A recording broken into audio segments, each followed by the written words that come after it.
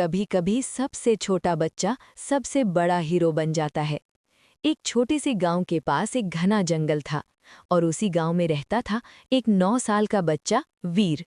वीर बाकी बच्चों से अलग था। जहां सब बच्चे खेलते थे वहीं वीर जंगल में जाकर जानवरों से दोस्ती करता था। वो बंदरों के साथ खेलता, हिरणों के साथ दौड़ता और पेड़ों के नीचे बैठकर उनसे बातें करता।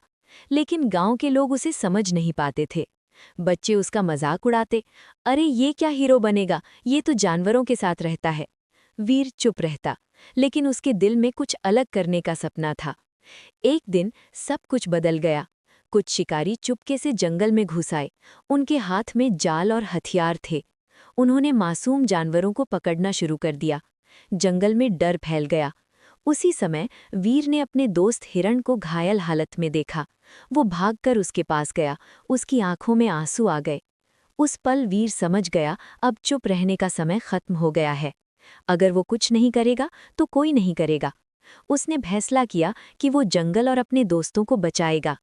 रात हो गई, चारों तरफ अंधेरा छा गया। लेकिन वीर का हौसला रोशनी से भी तेज था।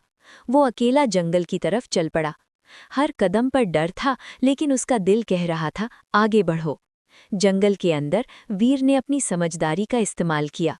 उसने छोटे छोटे गड्ढे बनाए, रस्सियों से जाल बिछाए और चुपचाप झाड़ियों के पीछे छिपकर इंतजार करने लगा। कुछ देर बाद शिकारी फिर आए, लेकिन इस बार कहानी बदलने वाली थी। जैसे ही वे आगे बढ़े, अचानक एक एक करके जाल में फंस गए।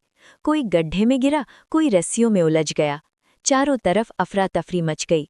तभी वीर सामने आया, छोटा सा बच्चा, लेकिन आंखों में हिम्मत और आत्मविश्वास भरा हुआ।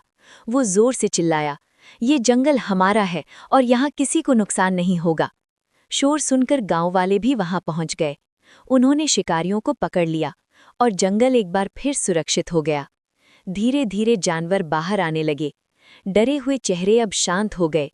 हिरण वीर के पास आया और प्यार से उसके हाथ को छुआ। वो पल बहुत खास था। गांव वाले वीर को देखने लगे। अब कोई उसका मजाक नहीं उड़ा रहा था। सबकी आंखों में गर्व था। एक बुजुर्ग आगे आए और वीर के सिर पर हाथ रखकर बोले, आज तुमने साबित कर दिया, हीरो बनने के लिए बड़ा होना जरूरी नहीं, दिल बड़ा होना जरूरी है। वीर मुस्कुराया और सूरज की पहली